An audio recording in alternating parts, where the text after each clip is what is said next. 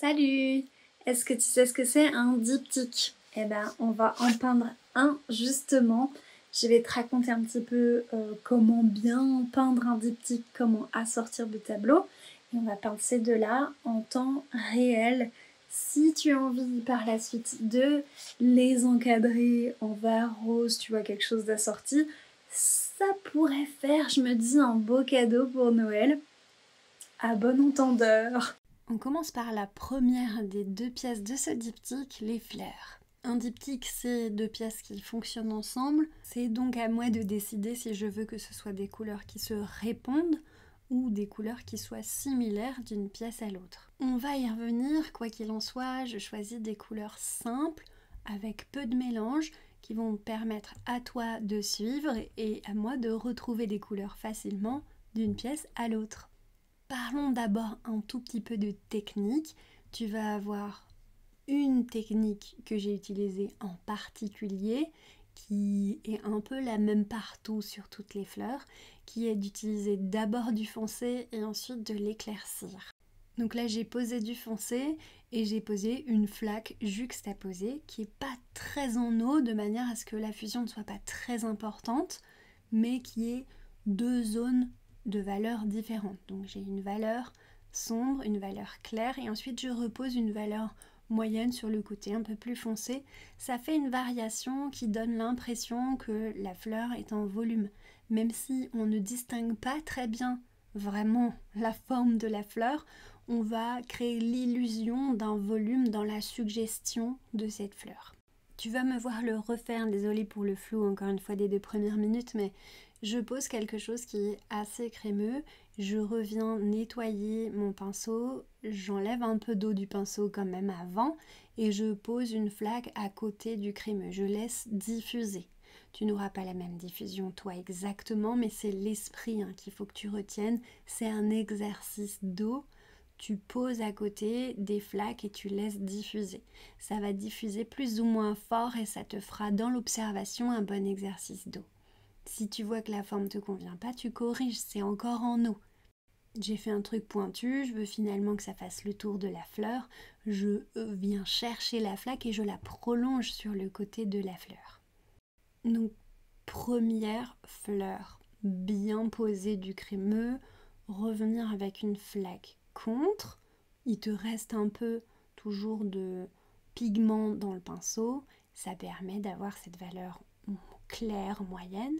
Et ensuite, je reviens poser plus foncé. Là, ça fait une première corolle, quelque chose de pas tout à fait rond, comme ça tu suggères une vraie forme de fleur que tu regarderais sur le côté. La fleur du dessous, un peu plus en eau, en commençant par un peu moins de crémeux et en l'entourant de clair, comme ça fait une variation. Les petits bourgeons, les mini-fleurs sur le côté, quelque chose de crémeux avec des taches qui se rejoignent en laissant beaucoup de blanc. Et tu termines par une fleur qui est beaucoup plus claire, en laissant encore du blanc au centre pour pouvoir aller créer une fusion avec du violet. Je te suggère d'en faire plusieurs avant de faire les feuillages. Quand tu seras content de tes fleurs, tu t'y mets. Je mets pas du crémeux tout de suite au milieu, là j'ai mis du liquide. Donc j'étais sur un jus très clair avec mon rose et le violet qui est légèrement teinté de rose aussi, vient au milieu se diffuser tranquillement. Si tu vois que ça se diffuse trop, que ça part partout, c'est que tu as mis trop d'eau dans la base. Il faut attendre que ça s'imprègne un peu dans le papier. Tu peux faire un petit test. Et si tu vois que ça diffuse pas assez, c'est que tu as mis trop crémeux par rapport au début. Et du coup, il faudrait que tu rajoutes un tout petit peu plus d'eau pour que ça s'évade un petit peu comme ça partout dans les pétales. Je termine par le crémeux, tu le vois, je vais sur quelque chose de beaucoup plus crémeux au centre et je laisse diffuser. C'est vraiment du bout du pinceau. Évidemment, il faut être plus précautionneux quand tu es sur le dernier coup de crémeux. Plus je peins et moins je mets d'eau, en gros dans chaque fleur. Même celle qui est la plus en eau, je vais faire cette démarche. Plus je peins, moins je mets d'eau. Ça permet qu'il y ait moins de diffusion et ça fait comme ça un dégradé du clair au foncé. Foncé vers le clair selon comment tu le vois. Tu composes comme tu veux, l'idée c'est quand même de garder du blanc autour de ta composition.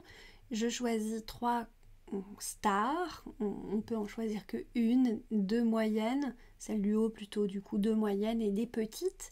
C'est toujours quelque chose d'impair que je choisis pour composer, ça permet, en général ça marche toujours mieux que les fonctionnements en paire. Ensuite, on passe aux feuilles. Donc là, je t'ai noté tous les mélanges qui s'affichent un peu au fur et à mesure. Le gris en trichrome, c'est-à-dire que en gros, j'ai rajouté un peu de jaune, un peu de bleu-vert à mon mélange, le verre d'eau là. Et grosso modo, quand je suis contente, je m'arrête. J'ai patouillé pour le faire, donc tu n'auras peut-être pas le même vert de gris, mais c'est vraiment ça qu'on recherche parce que ça fait bien ressortir le rose. Un mélange de bleu et de vert. Et après, pour les feuilles, tu vois, j'écrabouille plus ou moins mon pinceau. Je fais avec la pointe les tiges et plus j'écrase et plus j'ai des formes qui ressemblent à des feuilles. Je fais pas plus. Et non, je sais que c'est dur de pas patouiller et de pas retoucher, mais je fais pas plus. C'est un peu random, je laisse du blanc, je vais venir tout à la fin quand j'aurai fait l'autre, revenir mettre un peu de foncé quand ce sera bien imprégné, mais on est juste sur quelques suggestions de végétaux autour des feuilles pour les mettre en valeur, autour des fleurs. Pour savoir si tu as mis assez d'eau ou pas, tu sais que tu peux dessiner avec. Je reprends l'un des cordons d'eau, des cordons d'eau colorés, et ça se fuse avec, c'est que j'ai mis assez d'eau. Je peux encore influer sur les petites marques que je vois et en rajouter. C'est dur de s'arrêter, il faut savoir en mettre plus au milieu et un peu qui déborde, qui retombe, et normalement tu devrais avoir quelque chose de joli. C'est pour ça que je te suggérais peut-être d'en faire 2 si tu veux, tu seras peut-être plus ou moins contente de la composition, blabla, mais globalement on s'en sort. Allez, la deuxième pièce, et on va parler diptyque du coup. Je repars de mon mélange précédent, donc essaye d'en faire peut-être un petit peu plus qu'il ne te faut pour les fleurs et la première pièce, ce sera pratique pour toi. Et dans le cas d'un diptyque, c'est vraiment indiqué. Ce qui est intéressant ici, c'est qu'il y avait beaucoup de vide et des formes de végétation avec le gris. Et là, je vais m'en servir comme fond où on va travailler humide sur humide. Donc je veux quand même pas mal d'eau. Si je ne mets pas assez d'eau, je ne pourrai pas avoir ce travail de fondu et en suggestion des fleurs. Donc mets bien beaucoup d'eau. Tu peux changer pour un plus gros pinceau. Moi j'ai eu la flemme, j'ai gardé mon Isabelle 6221, c'est un petit gris en numéro 10 qui me convient pour tout faire. Et globalement j'ai tout fait avec, sauf que j'aurais dû en changer au moment du fond. C'est plus pratique et en plus ça délivre plus d'eau les gros pinceaux et tu travailles plus en liberté. J'aurais pu le faire à ce stade. Pour travailler dans l'humide, c'est recommandé d'augmenter la taille de ces pinceaux. Je fais le tour de ma maison. Je fais le tour de cette espèce de lune là très centrale et globalement j'ai rien utilisé de particulier pour le faire, juste à main levée. Un cercle c'est atteignable comme objectif. Par contre je laisse un peu de place en blanc pour l'oiseau. C'est pas grave si tu débordes comme moi j'ai fait, tu vas voir, on est dans le mythe donc on peut aisément rattraper. Tu vois que quand je suis sur le côté, la caméra de côté montre bien que c'est très brillant. Ça veut dire que j'ai assez d'eau pour pouvoir faire ce que je veux. Je vais attaquer avec quelque chose de liquide / crémeux, pas tout à fait liquide, pas tout à fait crémeux, un peu entre les deux pour que ça reste sur place. Ça va fuser dans l'humide, tu t'inquiètes pas. Je m'en sers pour dessiner mon oiseau. C'est très approximatif ce que j'ai fabriqué. Si tu es élève du cours paysage, n'hésite pas à te référer au cours sur les oiseaux. Je pense que ça peut t'aider. Sinon, imagine une boule pour la tête, un ballon de rugby pour le corps et la queue qui est un truc assez droit qui tombe dessous et tu devrais t'en sortir. Je suis très très spontanée là-dessus. Essaye de te forcer à t'entraîner peut-être. Et puis pour si t'es un peu stressé, que t'es débordé, que t'apprends plein de choses en même temps parce que t'es débutant et tout, oui, tu peux faire un petit croquis. Je trouve ça plus joli de faire comme j'ai fait parce que j'ai pas la dureté du crayon derrière ce que je suis en train de faire. Du coup, ça peut être aussi un peu sympa de s'entraîner là-dessus, mais c'est vraiment toi qui vois. Le fait que j'ai mis quelque chose de pas liquide, crémeux, tu vois, un peu les deux, ça me permet que ça ne déborde pas, que ça fuse pas trop, je le disais. Et si ça vraiment ça envahit le reste, bah tu attends. Tu laisses le bleu envahir le gris, par exemple, et tu touches plus. Et tu attends un peu. Et ensuite tu repasses par-dessus. Donc ça va déborder, oui, mais c'est pas grave. Et c'est important de se dire que c'est pas grave. Tu vois là par exemple, la rose a débordé, je viens la rattraper avec un pinceau un peu plus sec. Ce qui me donne l'idée d'ailleurs que je peux aller chercher comme ça et éviter que les fusions envahissent le reste en limitant l'humidité sur le papier. Donc je vais rechercher avec mon pinceau un petit peu de couleur en raclant tout simplement le coton. Et je dispose comme ça des formes très très moyennes comme forme, vraiment quelque chose de très spontané, très suggéré, encore plus que la première fois pour les fleurs, tout autour de l'oiseau pour faire une espèce de couronne de fleurs. J'alterne légèrement les couleurs pour pas que ce soit trop boring, trop ennuyeux. L'oiseau, il ressemble à rien pour l'instant, les fleurs non plus, ni rien, mais c'est pas grave, c'est normal. C'est comme ça le travail dans l'humide. Tu as disposé une couche mouillée et là tu tires parti de l'aquarelle dans ce qu'elle a de plus chouette, le travail dans l'humide. Et ses belles capacités de fusion. Donc j'ai posé des trucs, j'observe tranquillement comment ça fuse, où est-ce que ça va, et je vais arrêter la fusion en raclant un petit peu avec tout mon pinceau, là pour le coup c'est pas le bout, et je viens récupérer comme ça un petit peu de blanc. Ça veut pas dire que c'est plus humide, on a besoin de cette humidité, tu vois sur le côté ça brille encore, c'est bien, ça va me permettre de revenir avec quelque chose de moins humide. Je te rappelle le principe qui est toujours le même, plus on peint, moins on met d'eau, comme ça ça fait pas des auréoles terribles. S'il y en a, c'est vraiment que tu es allé avec beaucoup trop d'eau peindre. Ça va repousser le pigment qui était déjà en train de s'installer doucement et ça va te faire une énorme auréole. Si t'en as une, c'est pas grave, tu viens limiter les dégâts avec la technique que je t'ai montrée et tu attends. Vraiment, c'est tout ce qu'il y a à faire.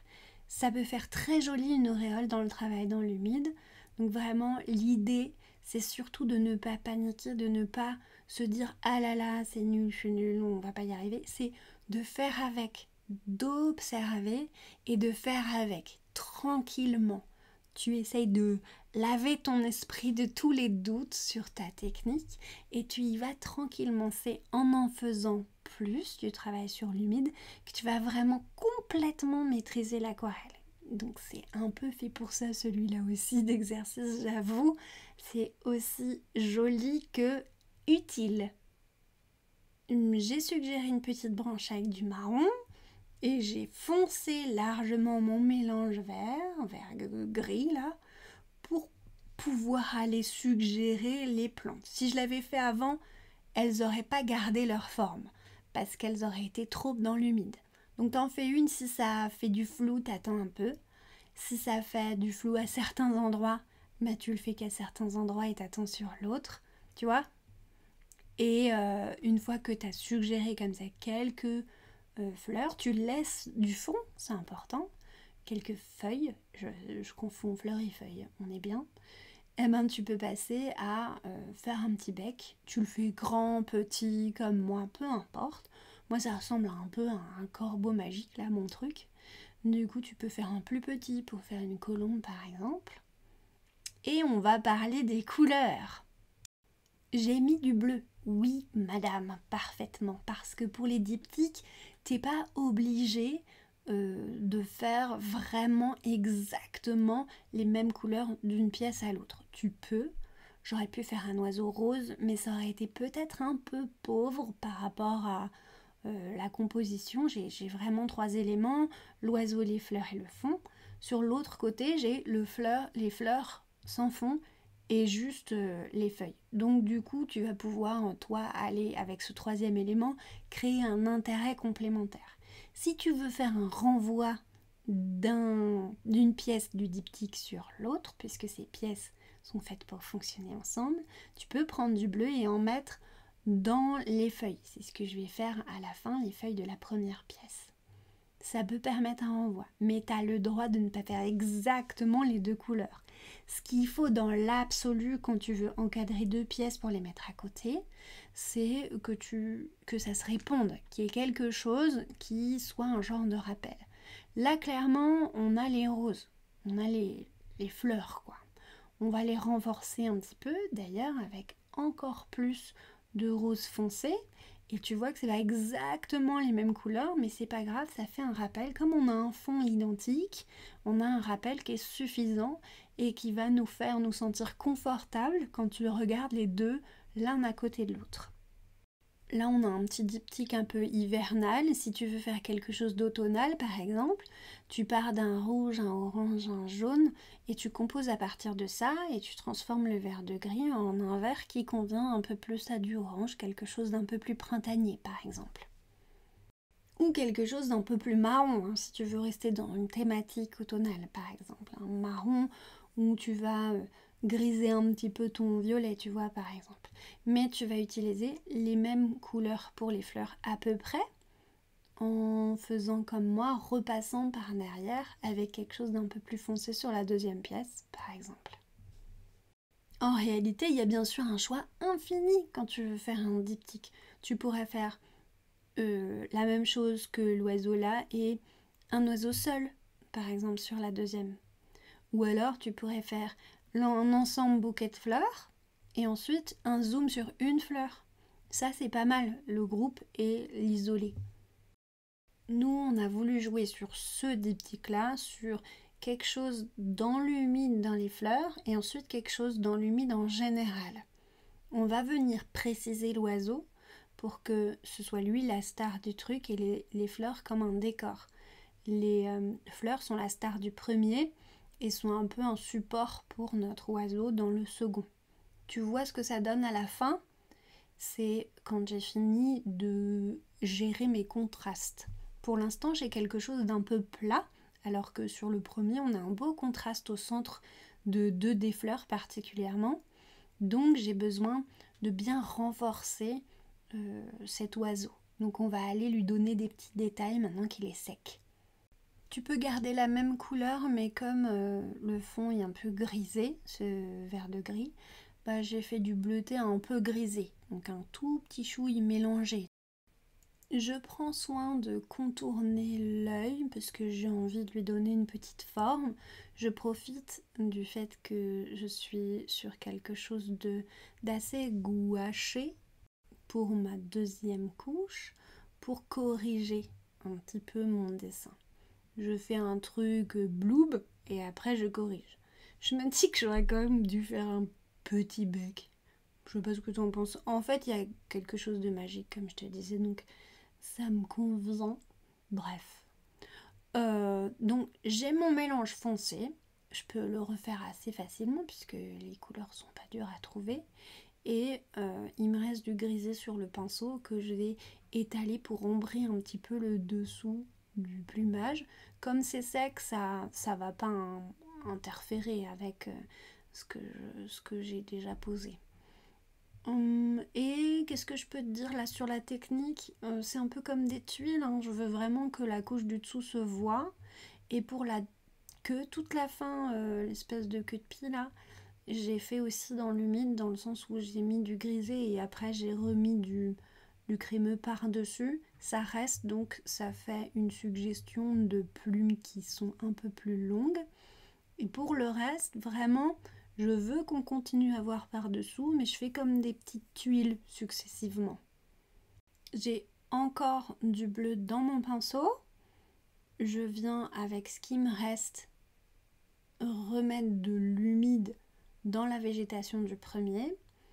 On est sur un diptyque, je le sais, ça me permet d'ajuster les couleurs du premier, comme je te le disais tout à l'heure. Et pour ça, j'humidifie légèrement et je viens disposer des taches dessus. C'est des taches crémeuses, hein, donc dans l'humide qui n'est pas très humide, ça assure que ça va rester, ça reste bien en place. Il y a quelque chose de très pratique dans le fait de le faire comme ça. Je peux pas me gourer de couleurs, je suis en train de peindre l'un, je reviens sur l'autre. Tu peux tout à fait imaginer peindre des pièces, pourquoi pas plus complexes ou plus simples, beaucoup plus simples, ensemble. Et le simple fait de faire des taches qui soient similaires en termes de coloris, mais pas au même endroit, va aussi pouvoir te faire de très beaux diptyques abstraits. Ce qui change tout, c'est l'encadrement, hein. C'est ça qui fait la magie. Et même sur des taches ou des fusions, à partir du moment où tu as des couleurs similaires, t'encadres pareil, tu vas voir. Et encore plus si tu mets une Marie-Louise, c'est-à-dire un cadre d'une couleur, la même, hein, je te conseille quand même. Par contre, si ça fuse de partout et que vraiment tu as mis plein de couleurs, c'est dommage. Il faut vraiment rester assez cohérent sur l'encadrement, similaire je dirais, pour pouvoir avoir cet effet de c'est fait exprès, on le sait quoi. Prends bien l'habitude de prendre du recul pour pouvoir évaluer si te manque du contraste. J'ai l'impression que quand c'est un feuillage, il y a toujours besoin d'au moins 2 verres. Là c'est ce que je fais, au moins 2 verres de gris, un clair, un foncé, déjà c'est pas mal. C'est pas la peine de mélanger plus. Plus tu mélanges et plus tu auras de la difficulté à harmoniser les 2 pièces. Donc on va rester assez simple pour celle-là. Et voilà, on a terminé, on sèche et je vais passer au feutre. Pourquoi j'utilise un feutre? Ceux qui me suivent déjà le savent. C'est parce que ça donne un côté BD, l'aquarelle et le feutre qui, moi, je trouve très joli. Ça s'apparente un petit peu à encre plus aquarelle, que tu peux disposer d'ailleurs avant ou après quand c'est de l'encre imperméable. Quand c'est un feutre à l'eau, tu peux pas, il faut le faire après quand c'est bien sec. Et oui, je sais qu'il y a des puristes, bien sûr qu'il y en a qui préfèrent la fraîcheur de l'aquarelle telle qu'elle, qui auraient préféré que je garde des fleurs comme ça et tout, mais c'est mon style et toi tu peux t'arrêter là sans aucun souci, c'est vraiment toi qui choisis. Par contre, il faut terminer un petit peu l'oiseau, si tu le fais, il faudra que tu passes à un plus petit pinceau pour pouvoir faire quelques détails, notamment l'œil, et le préciser un petit peu plus, tu vois. Rajouter peut-être un peu de contraste sous l'aile principale pour dire qu'il y a de l'ombre. Tu vois, moi, quand je le fais, là, je précise les formes. Je m'interdis d'aller plus loin à l'aquarelle, mais comme ça, je précise les formes. Je fais pas tout le tour des fleurs, hein. T'as vu que je fais que quelques petites touches. Ça permet d'être en suggestion encore et toujours, même avec le feutre.